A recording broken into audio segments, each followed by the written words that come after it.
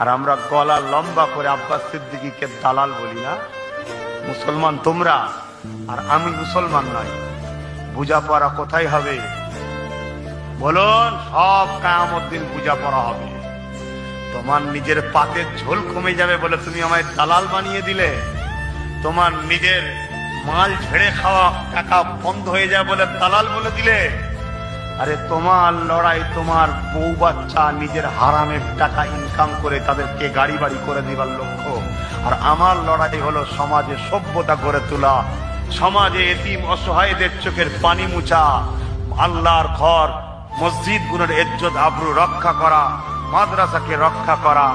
এর জন্য যেটা করা সেটা আমি করছি।